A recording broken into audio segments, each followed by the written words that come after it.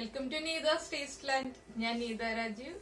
നമുക്കിന്നൊരു egg box ഉണ്ടാക്കിയാലോ? Egg box എന്ന് പറയുമ്പോ ഇതെന്ത് ഡിഷാന്ന് വിചാരിക്കണ്ട. ഇതൊരു സ്നാക്ക് ഐറ്റം ആണ്. ഇത് നമുക്ക് ഇഫ്താർ റെസിപ്പിയിൽ ഉൾപ്പെടുത്താൻ പറ്റിയ ഒരു സ്നാക്കാണ് കേട്ടോ. നോമ്പ് തുറക്കുമ്പോ കഴിക്കാൻ പറ്റിയ ഒരു ഡിഷാണ് എഗ് ബോക്സ് എന്ന് വെച്ചിട്ടുണ്ടെങ്കിൽ. വളരെ സിമ്പിൾ ആയിട്ട് ചെയ്യാൻ പറ്റിയ റെസിപ്പിയാണ്. ഇപ്പോ റംസാൻ ആയതുകൊണ്ടാണ് ഞാൻ കുറച്ച് ഇഫ്താർ റെസിപ്പീസ് ഒക്കെ ഇടുന്നത്. ഇതിനു മുന്നേ നമ്മൾ ഏലാഞ്ചിയും ഉന്നക്കായും അതുപോലെ പഴം നിറച്ചതൊക്കെ ഇട്ടിട്ടുണ്ടായിരുന്നു. പിന്നെ ഞാനൊരു തുടക്കത്തിലെ തന്നെ രണ്ടാമത്തെയോ മൂന്നാമത്തെയോ റെസിപ്പി ആയിട്ട് ഞാനൊരു എഗ് കബാബ് ഇട്ടിരുന്നു. അത് കണ്ടിട്ടില്ലാത്ത ആളുകളെ ഈ റംസാൻ സമയത്ത് ഇഫ്താർ സ്നാക്സിൽ ഉൾപ്പെടുത്തുക. അത് ഉണ്ടാക്കിയിട്ട് നല്ല ടേസ്റ്റ് ആണ് എഗ് കബാബ്. അതുപോലെ തന്നെ ഇപ്പൊ ഞാൻ ഉണ്ടാക്കിയ രീതിയിൽ തന്നെ ചെയ്യണമെന്നില്ല. ഞാനൊരു ഫുൾ മുട്ട എടുത്തിട്ട് അതിനെ കവർ ചെയ്ത് പൊട്ടറ്റോ മസാല വെച്ചിട്ട് കവർ ചെയ്യാണ് ചെയ്തത്. ഇപ്പൊ നമുക്ക് ഒരു ഫുൾ മുട്ട കവർ ചെയ്തെടുക്കാൻ ബുദ്ധിമുട്ടായിട്ട് തോന്നുകയാണെങ്കിൽ ഒരു മുട്ട രണ്ടായിട്ട് കട്ട് ചെയ്തതിന് ശേഷവും കവർ ചെയ്തെടുക്കാം. അത് നമ്മുടെ സൗകര്യം പോലെ ചെയ്യാം. ഞാൻ ചെയ്യുന്ന രീതിയിൽ ചെയ്ത് കാണിച്ചു എന്നേ ഉള്ളൂ. ഒരു ഫുൾ എഗ് തന്നെയാണ് ഞാൻ ഇവിടെ എപ്പോഴും ചെയ്യാറുള്ളത്. ഹാഫ് ആക്കാറില്ല. അപ്പൊ അത് ഹാഫ് ആക്കിയിട്ട് ചെയ്താലും ഫുൾ ആക്കിയിട്ട് ചെയ്താലും എങ്ങനെ ചെയ്താലും കുഴപ്പമില്ല. പക്ഷെ നമ്മൾ പ്രസന്റ് ചെയ്യുമ്പോൾ, ഒരു ഗസ്റ്റിന് പ്രസന്റ് ചെയ്യുമ്പോൾ ഫുൾ എഗ് തന്നെ നന്നായിട്ട് നമ്മൾ മസാലയിൽ കവർ ചെയ്തെടുത്തിട്ട് ചെയ്യുകയാണെങ്കിൽ ഗസ്റ്റിന് അതൊരു സർപ്രൈസ് ആയിരിക്കും നമ്മൾ കട്ട് ചെയ്തിട്ട് കൊടുക്കുമ്പോൾ. അങ്ങനെ ഗസ്റ്റിന് സെർവ് ചെയ്യാനാണെങ്കിൽ ആ രീതിയിൽ ചെയ്യാം. അല്ലെങ്കിൽ നമ്മൾ വീട്ടിലിപ്പോ ചെയ്യാൻ വേണ്ടിയിട്ട് വൈകുന്നേരം സ്നാക്കായിട്ടോ അല്ലെങ്കിൽ ഇപ്പൊ ഇഫ്താർ സ്നാക്കായിട്ടോ ചെയ്യുകയാണെങ്കിൽ ഹാഫായിട്ട് മുട്ട കട്ട് ചെയ്തിട്ട് ചെയ്താൽ മതി. അപ്പോൾ നമ്മൾ സംസാരിച്ച് തുടങ്ങിയത് എന്താണെന്ന് വെച്ചിട്ടുണ്ടെങ്കിൽ എഗ് ബോക്സിനെ കുറിച്ചാണ് നമ്മൾ സംസാരിച്ച് തുടങ്ങിയത്. അപ്പൊ നമ്മുടെ വീട്ടിൽ സവാള ഉണ്ടാവും, അതുപോലെ മുട്ട ഉണ്ടാവും, മൈദപ്പൊടി ഉണ്ടാവും. വളരെ സിമ്പിൾ ആയിട്ട് ചെയ്യാൻ പറ്റുന്ന റെസിപ്പിയാണ്. ഇഫ്താർ ടൈമിൽ അല്ലാതെയും ചെയ്യാം കേട്ടോ. റംസാൻ ആയതുകൊണ്ടാണെന്ന് ഞാൻ എടുത്തു പറഞ്ഞുവെങ്കിലും ഇഫ്താർ ടൈമിൽ അല്ലാതെ ഇപ്പൊ നമ്മുടെ കുട്ടികൾ സ്കൂളിൽ നിന്ന് വരുന്ന സമയത്തും നമുക്ക് ചെയ്തു കൊടുക്കാം. എന്തായാലും സ്കൂൾ തുറന്നു കഴിയുമ്പോൾ നമുക്ക് ഡെയിലി ഓരോ ദിവസം ഓരോരോ റെസിപ്പീസ് വൈകിട്ട് സ്നാക്സ് റെഡിയാക്കി വെക്കേണ്ടി വരുമല്ലോ കുട്ടികൾ സ്കൂളിൽ നിന്ന് വരുമ്പോൾ. അപ്പൊ നമ്മുടെ മക്കൾക്ക് വേണ്ടിയിട്ട് സ്പെഷ്യൽ ആയിട്ട് ചെയ്യാൻ പറ്റുന്ന റെസിപ്പിയുമാണ്. അതുപോലെ തന്നെ റംസാന് വേണ്ടിയിട്ട് ഇഫ്താർ വിഭവങ്ങളിൽ ഉൾപ്പെടുത്താൻ പറ്റിയ റെസിപ്പിയുമാണ്. അപ്പൊ നമുക്ക് എങ്ങനെയാണ് നമ്മുടെ സിമ്പിൾ ആയിട്ടുള്ള എഗ് ബോക്സ് എങ്ങനെയാണ് ചെയ്യുന്നത് നോക്കിയിട്ട് വരാം. നമുക്ക് നമ്മുടെ എഗ് ബോക്സ് ഉണ്ടാക്കാൻ ആവശ്യമായിട്ടുള്ള ഇൻഗ്രീഡിയൻസ് നോക്കാം.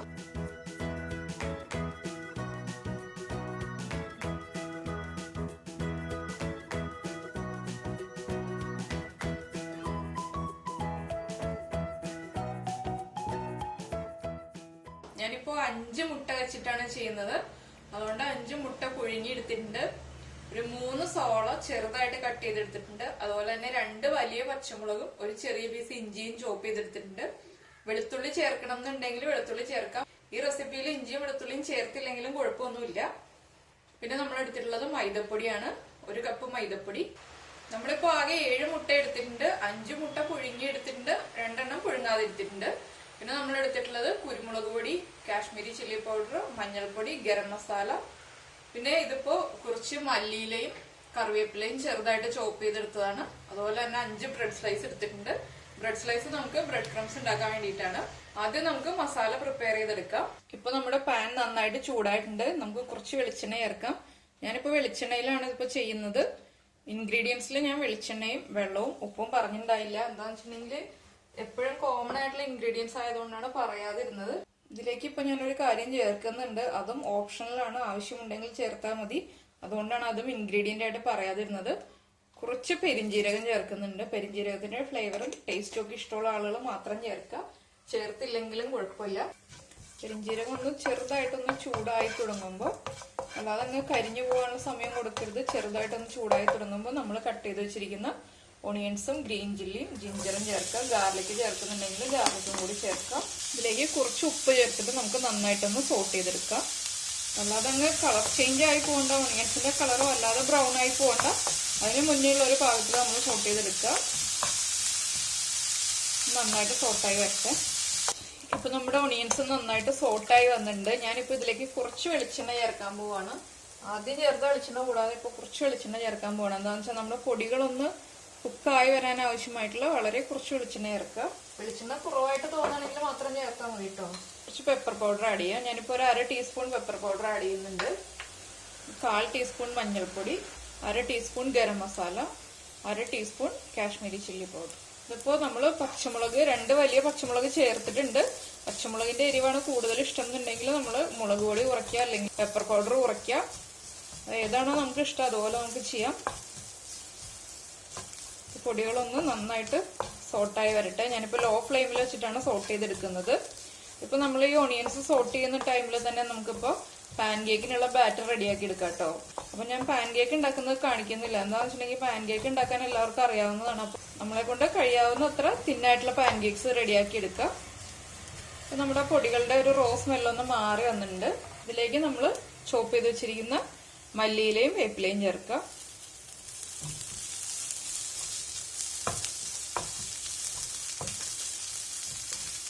നമുക്ക് ഫ്ലെയിം ഓഫ് ചെയ്യാം.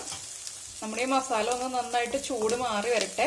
നമ്മൾ മുട്ട ഇതിലേക്ക് മിക്സ് ചെയ്യുന്നില്ല. മുട്ട രണ്ടായിട്ട് കട്ട് ചെയ്തെടുത്തതിന് ശേഷമാണ് നമ്മൾ എഗ് ബോക്സ് ഉണ്ടാക്കുന്നത്. ഇപ്പോൾ ഈ മസാല മാത്രം നന്നായിട്ടൊന്ന് ചൂട് മാറി വരുന്നത് വരെ നമുക്ക് വെയിറ്റ് ചെയ്യാം. ഈ സമയത്ത് ഇപ്പൊ ഞാൻ പാൻ കേക്കിനുള്ള ബാറ്റർ റെഡിയാക്കി വെച്ചിട്ടുണ്ട്. പാൻ കേക്ക് ഉണ്ടാക്കാൻ പോവാണ്.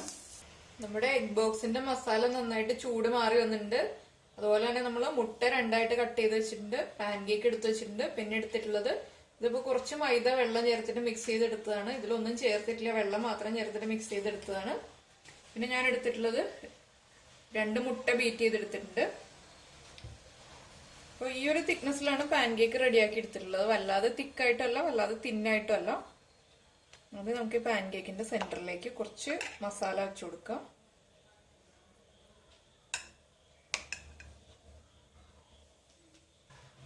അപ്പൊ നമ്മൾ മസാല വെച്ച് കഴിഞ്ഞു. ഇതിന്റെ മുകളിലേക്ക് നമുക്കൊരു മുട്ടയുടെ ഒരു പീസ് എടുത്ത് വെക്കാം. ഇതിന് 4 സൈഡിൽ നിന്ന് ഫോൾഡ് ചെയ്യുക. 2 സൈഡിൽ നിന്ന് ഫോൾഡ് ചെയ്തതിന് ശേഷം അടുത്ത സൈഡിലേക്ക് ഫോൾഡ് ചെയ്യുക. ഈ ലാസ്റ്റ് നമ്മൾ ഫോൾഡ് ചെയ്യുന്നതിൽ മാത്രം കുറച്ച് മൈദയുടെ പേസ്റ്റ് നമ്മൾ റെഡിയാക്കി വെച്ചിരിക്കുന്നത് ഒന്ന് അപ്ലൈ ചെയ്ത് കൊടുക്കുക. ഇത് വിട്ട് ഇങ്ങോട്ട് പൊട്ടി പോവാതിരിക്കാൻ വേണ്ടിയിട്ടാണ് മൈദയുടെ പേസ്റ്റ് അപ്ലൈ ചെയ്യുന്നത്.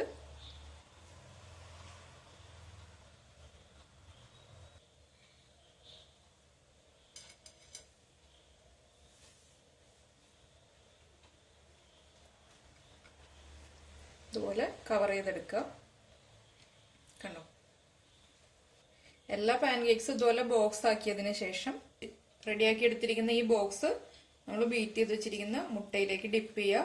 ഈ മുട്ടയിൽ ഞാനിപ്പോ കുറച്ച് ഉപ്പും, വളരെ കുറച്ച് ഉപ്പും, അതുപോലെ തന്നെ കുറച്ച് കുരുമുളക് പൊടി ഇട്ടിട്ടുണ്ട്. ഒരു 2 പിഞ്ച് കുരുമുളക് പൊടി ഇട്ടിട്ടുണ്ട് 2 മുട്ടയ്ക്ക്. നമ്മൾ ബ്രെഡ് ക്രംസിൽ നന്നായിട്ട് കവർ ചെയ്തെടുക്കുക. എല്ലാ സൈഡും ഒരുപോലെ തന്നെ കവർ ചെയ്ത് വരണം. കണ്ടോ, ഇതുപോലെ നമ്മൾ കവർ ചെയ്തെടുത്തിട്ടുണ്ട്. ഇത് നമുക്ക് ഇനി ഒരു പ്ലേറ്റിലേക്ക് വെക്കാം. ഇതുപോലെ എല്ലാ പാൻ കേക്കിലും മസാല വെച്ചതിന് ശേഷം മുട്ട വെച്ച് നമുക്ക് ഇതുപോലെ കവർ ചെയ്തെടുക്കാം. നമ്മളിപ്പോ ഒരു പാനിൽ എണ്ണ ചൂടാക്കാൻ വേണ്ടി വെച്ചിട്ടുണ്ട്. ഞാൻ കുറച്ച് വൈഡ് ആയിട്ടുള്ള പാനാണ് ഇത് ഫ്രൈ ചെയ്യാൻ വേണ്ടിയിട്ട് എടുക്കുന്നത്. അപ്പൊ ഞാൻ എന്താ നമ്മുടെ എഗ് ബോക്സ് കവർ ചെയ്ത് ബ്രെഡ് ക്രംസിൽ കവർ ചെയ്തെടുത്തിട്ടുണ്ട്. ഇതിപ്പോ 2 പ്രാവശ്യം ഞാൻ ബ്രെഡ് ക്രംസിൽ കവർ ചെയ്തെടുത്തു. എന്താണെന്ന് വെച്ചിട്ടുണ്ടെങ്കിൽ ഒരു പ്രാവശ്യം കവർ ചെയ്തിട്ടുണ്ടെങ്കിൽ അത്ര ഫിനിഷിങ് ഉണ്ടാവില്ല. പോരാതെ തന്നെ നമ്മളിപ്പോ മൈദയുടെ പാൻ കേക്കാണ് ഉണ്ടാക്കിയത്. അതുകൊണ്ട് തന്നെ ഒരു പ്രാവശ്യം കവർ ചെയ്തെടുത്തിട്ടുണ്ടെങ്കിൽ കറക്റ്റ് ഫിനിഷിങ് ആവില്ല. 2 പ്രാവശ്യം തന്നെ കവർ ചെയ്തെടുക്കുന്നതാണ് നല്ലത്.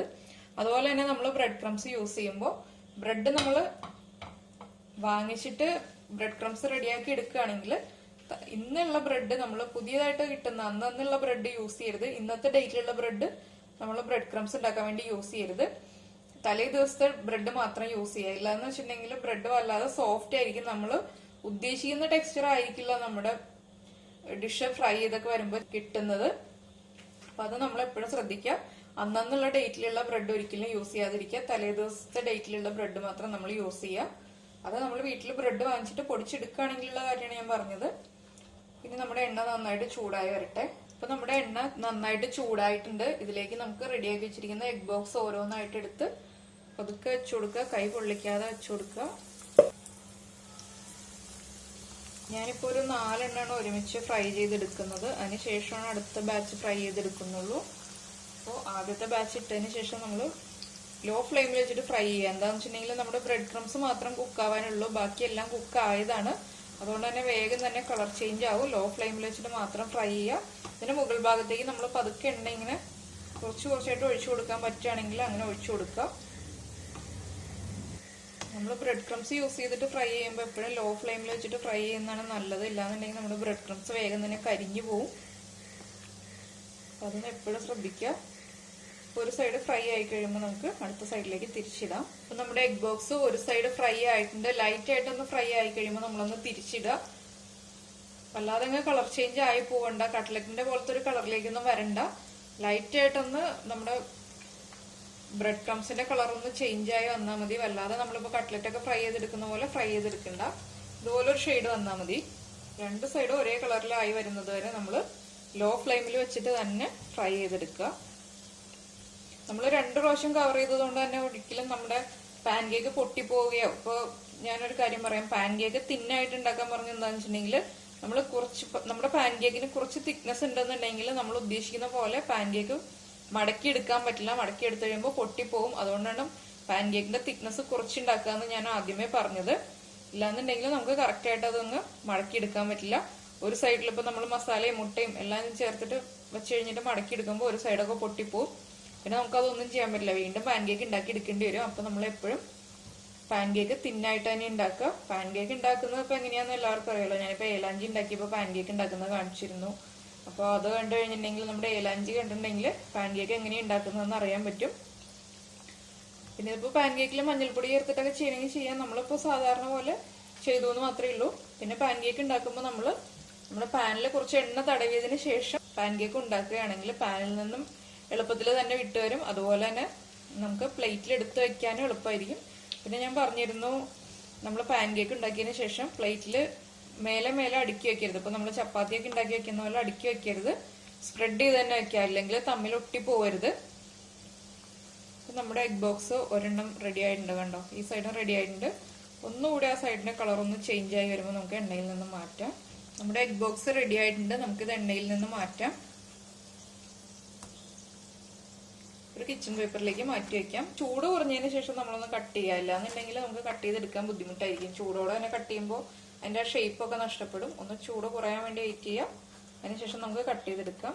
അടുത്ത ബാച്ച് ഞാൻ ഇതുപോലെ തന്നെ ഫ്രൈ ചെയ്തെടുക്കട്ടെ. അപ്പൊ അങ്ങനെ നമ്മുടെ എഗ് ബോക്സ് റെഡി ആയിട്ടുണ്ട്. നമ്മളിപ്പോ ഒരെണ്ണം കട്ട് ചെയ്ത് വെച്ചിട്ടുണ്ട്. എന്ന് വെച്ചിട്ടുണ്ടെങ്കിൽ ഇൻസൈഡിൽ എങ്ങനെയാണ് ഇരിക്കുന്നതെന്ന് കാണാൻ വേണ്ടിയിട്ട് മാത്രമാണ് കട്ട് ചെയ്ത് വെച്ചത്. ഇതുപോലെ കുറച്ച് ഫില്ലിങ്ങും മുട്ടയുമായിട്ടാണ് ഇരിക്കുന്നത്. ഇപ്പൊ ഇത് നമുക്ക് നോമ്പ് തുറക്കുമ്പോൾ ഇഫ്താർ റെസിപ്പീസിൽ ഉൾപ്പെടുത്താൻ പറ്റിയ നല്ലൊരു റെസിപ്പിയാണ്. അപ്പൊ കഴിക്കാനും അതുപോലെ തന്നെ ടേസ്റ്റ് ആണ് കേട്ടോ. മുട്ടയും മസാലയും എല്ലാം വരുമ്പോൾ നല്ല ടേസ്റ്റ് ആണ്. പിന്നെ നമ്മൾ മുളക് പൊടി കുറച്ച് ചേർത്തത് കൊണ്ട് തന്നെ വല്ലാതെ അങ്ങ് മസാലയ്ക്ക് കളറില്ല. അത് നമ്മുടെ ഇഷ്ടത്തിനനുസരിച്ചിട്ട് മുളക് പൊടി ചേർക്കുക. ഇപ്പൊ പച്ചമുളക് ക്രഷ് ചെയ്ത് ചേർത്തത് കൊണ്ടാണ് മുളക് പൊടി ഞാൻ വളരെ കുറച്ച് ചേർത്തത്. അത് നമ്മുടെ ഇഷ്ടത്തിനനുസരിച്ച് നമ്മുടെ എരിവനുസരിച്ചിട്ട് മുളക് പൊടിയുടെ അളവ് തീരുമാനിക്കുക. അപ്പൊ എല്ലാവരും നോമ്പ് തുറക്കുമ്പോൾ എഗ് ബോക്സ് ഒക്കെ ഉണ്ടാക്കി കഴിക്കുക. ഓരോ ദിവസം നമുക്ക് പറ്റുന്ന പോലെ ഓരോരോ റെസിപ്പീസ് ചെയ്യാം. അപ്പോ എല്ലാ ദിവസവും നോമ്പ് തുറക്കുമ്പോൾ ഒരേ ഡിഷസ് തന്നെ ആകുമ്പോൾ എല്ലാവർക്കും ബോറടിക്കില്ലേ. അപ്പൊ നമുക്ക് വെറൈറ്റി ആയിട്ട് നമ്മളെ കൊണ്ട് പറ്റുന്ന അത്രയും റെസിപ്പീസ് ചെയ്യാം. ഓരോ ദിവസത്തിലും ഓരോരോ കാര്യങ്ങൾ ഉൾപ്പെടുത്താം. അപ്പോൾ നമ്മള് പുതിയതായിട്ട് വീഡിയോ കാണുന്ന ആളുകളാണെങ്കിൽ നമ്മുടെ എഗ് ബോക്സ് കാണുന്നതിന്റെ ഒപ്പം തന്നെ ഏലാഞ്ചി കാണാം. അപ്പൊ അതില് ഞാൻ പറഞ്ഞിട്ടുണ്ട് എങ്ങനെയാണ് നമ്മുടെ പാൻ കേക്ക് ഉണ്ടാക്കുന്നത് എന്നുള്ളത്. അത് കണ്ടതിന് ശേഷം ഏലാഞ്ചി ഉണ്ടാക്കി കഴിക്കുക, അതുപോലെ തന്നെ പാൻ കേക്ക് ഉണ്ടാക്കുക. അപ്പോൾ പുതിയതായിട്ട് വീഡിയോ കാണുന്ന ആളുകൾ സബ്സ്ക്രൈബ് ചെയ്യാനും മറക്കണ്ട. നമുക്ക് അടുത്ത ഡിഷുമായിട്ട് അടുത്ത ദിവസം കാണാം. ബൈ.